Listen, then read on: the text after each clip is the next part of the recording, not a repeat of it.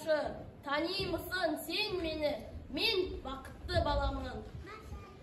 Себебі әр адамды бақытты ететін отбасы, ата әжем, әке шешем, аға әпкем, іні қарындасым жанымда болса, оның астан бақыт жоқ шығар.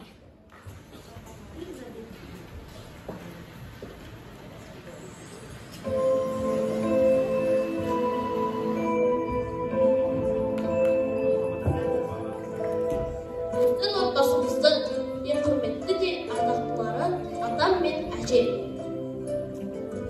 Менің атам қазақи болмысты, өжеттілік пен даналықты бойына тартып, көпке үлгі болған қарапайым зейнеткер. Атам тектен нәр алған тозбайды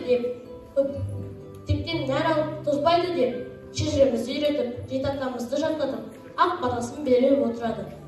Бос уақытында атаммен шахмат ойнаудан атам, себебі атам шахмат ойынының шебері.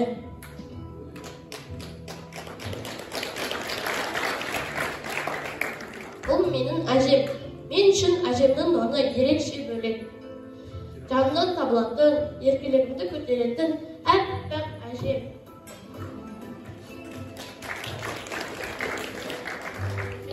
Ал бұл менің әкем. Сабырлы, адал, бірақ қатал адам. Себебі ол полиция қызметкері.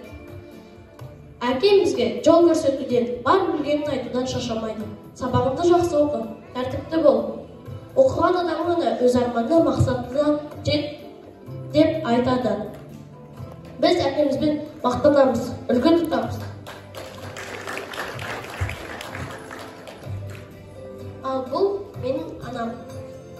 Мен анамды сөзбен жеткізе алмаймын. Жүрегімнің түбінде, жанарымның ішінде, әлемдегі ең әдемі, ең кешірімді, ең мейірімді жан.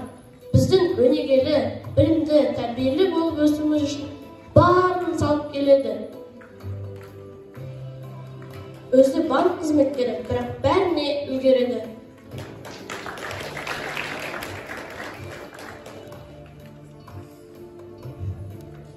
Ағам әпкем, жана шырым қорғаным.